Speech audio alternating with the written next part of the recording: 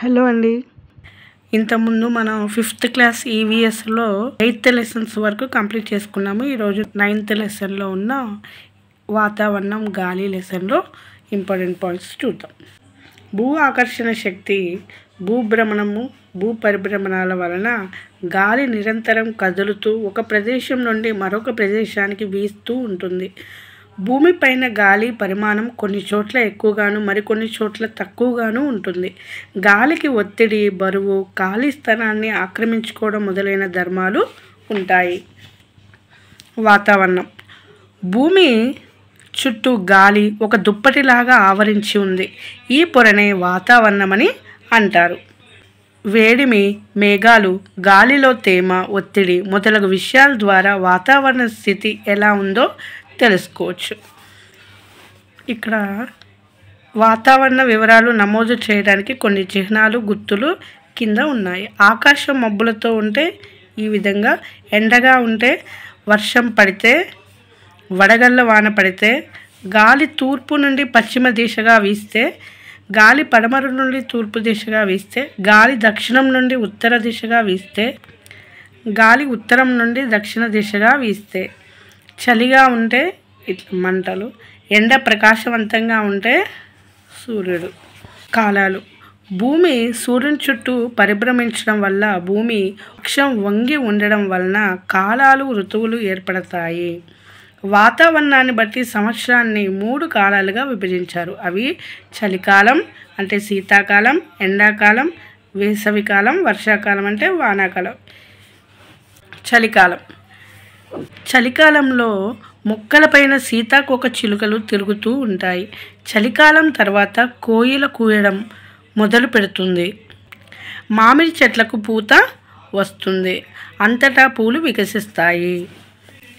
Next ఎండాకాలం. తీవ్రమైన ఎండ వేడిమి ద్వారా పరిసరాలు వేడెక్కుతాయి. ఏప్రిల్, మే, జూన్ మాసాల్లో అధికమైన వేడి ఉంటుంది.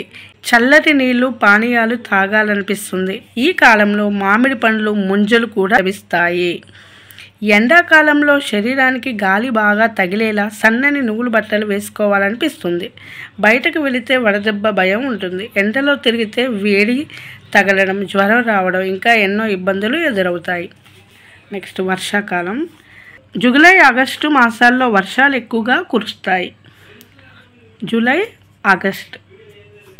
సెప్టెంబర్ మాసానికి వర్షాలు తగ్గి క్రమంగా చలికాలం ప్రారంభమవుతుంది. నెక్స్ట్ ఇది మోస్ట్ ఇంపార్టెంట్. వాతావరణం పొరలు. భూమి ఆవరించి ఉండే గాలి పొరను వాతావరణం అని అంటారు. ఈ గాలిలో అనేక వాయువులు, దుమ్ము, ధూళి, నీటి ఆవిరి ఉంటాయి.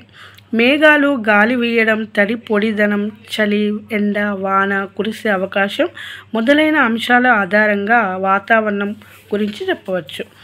భూ వాతావరణాన్ని ఉష్ణోగ్రతలలో ఉండే మార్పుల ఆధారంగా 5 పొరలుగా విభజించారు. అవి ట్రోపో ఆవరణం, స్ట్రాటో ఆవరణం, మీసో ఆవరణం, థర్మో ఆవరణం, ఎక్సో ఆవరణం. ట్రోపో, స్ట్రాటో, మీసో, థర్మో, ఎక్సో. భూమికి అతి దగ్గరగా ఉన్న పొర ట్రోపో ఆవరణం. మనం ట్రోపో ఆవరణంలో ఉంటూ దానిలోని గాలిని పీలుస్తాము.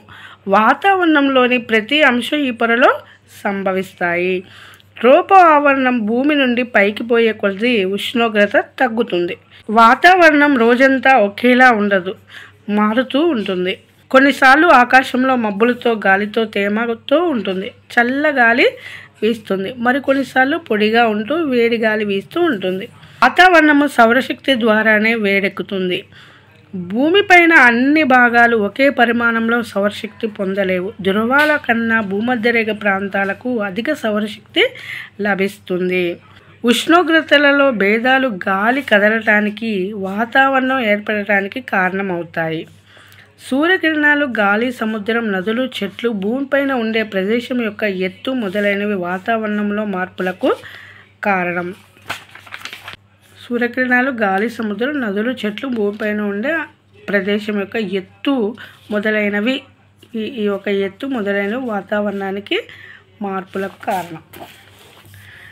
గాలితో ఆటలు. కాగితం చుట్టూ గాలి ఉన్నందున ఎక్కువ దూరం విసిరినను తక్కువ దూరంలో పడింది. గాలి కాగితాన్ని ముందుకు పోనివ్వలేదు. కాగితాన్ని తేలికగా చుట్టినప్పుడు మడతలలో గాలి ఉన్నందున ఎక్కువ దూరంలో పడలేదు. కాగితాన్ని గట్టిగా చుట్టినప్పుడు గాలిని తోస్తూ కాగితం బంతి దూరంగా పడింది.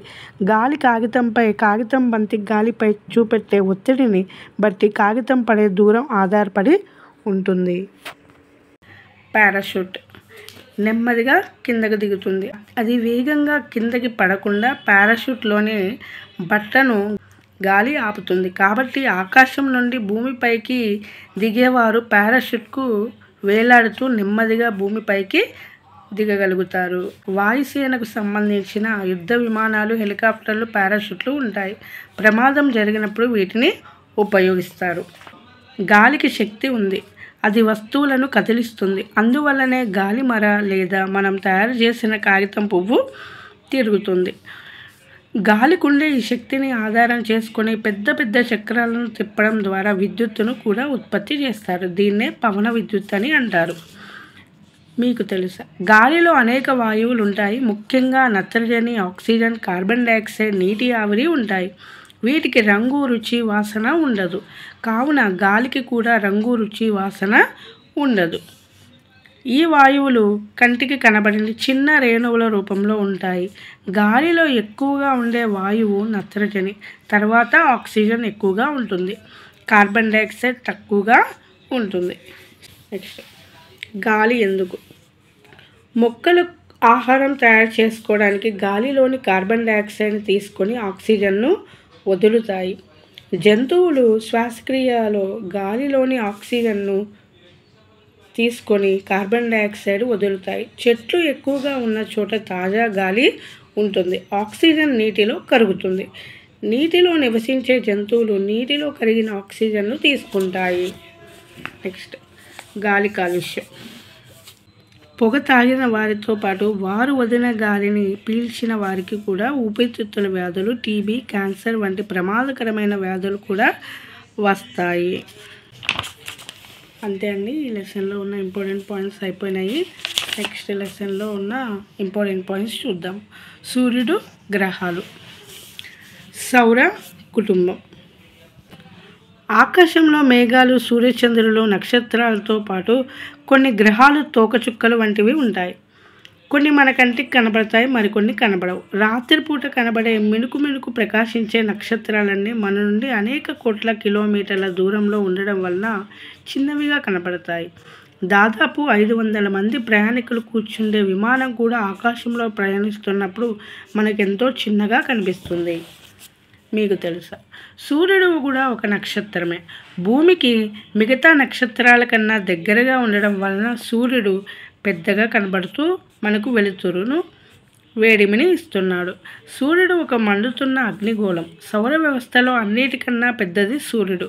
సూర్యకిరణాలు అన్ని దిశలకు ప్రసరిస్తాడు. సౌర వ్యవస్థలో శక్తి అంతటికీ సూర్యుడే మూలం. ఈ శక్తిలో కొంత భాగం వెలుతురు, మరికొంత భాగం వేడిమిని భూమికి చేరుతుంది. భూమితో పాటు మిగిలిన 7 గ్రహాలు సూర్యుని చుట్టూ తిరుగుతాయి. సూర్యుడు 8 గ్రహాలు. ఇంపార్టెంట్ అండి. సూర్యుడు ఒక నక్షత్రం, భూమి ఒక గ్రహం. సూర్యుడి చుట్టూ తిరిగే వాటిని గ్రహాలు అంటారు. సూర్యుడు, దాని చుట్టూ ఉన్న గ్రహాలను కలిపి సౌర కుటుంబం అంటారు. బుధుడు, శుక్రుడు, భూమి, అంగారకుడు, గురుడు, శని, యురేనస్, నెప్ట్యూన్ అనే 8 గ్రహాలు తన చుట్టూ తాను తిరుగుతూ సూర్యుని చుట్టూ తిరుగుతుంటాయి.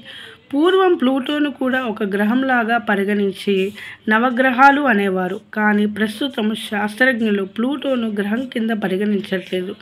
కాబట్టి సౌర కుటుంబంలో సూర్యునితో పాటు 8 గ్రహాలు ఉన్నాయి. ప్రతి గ్రహం ఒక నిర్ణీత మార్గంలో సూర్యుని చుట్టూ తిరుగుతుంటుంది. ఆ మార్గాన్ని కక్ష అంటారు. భూమి దాదాపు గుండ్రంగా బంతి ఆకారంలో ఉంటుంది. భూమి తన చుట్టూ తాను బొంగరంలా తిరగడం వలననే పగలు, రాత్రి ఏర్పడతాయి. సూర్యుని వైపు ఉన్న భూభాగంలో పగలు, అవతలి వైపు ఉన్న భాగంలో రాత్రి ఉంటాయి. భూమి తన చుట్టూ తాను తిరగడమే భూభ్రమణం. భూమి తన చుట్టూ తాను తిరుగుతూ సూర్యుని చుట్టూ పరిభ్రమించడాన్ని భూపరిభ్రమణం అని అంటారు.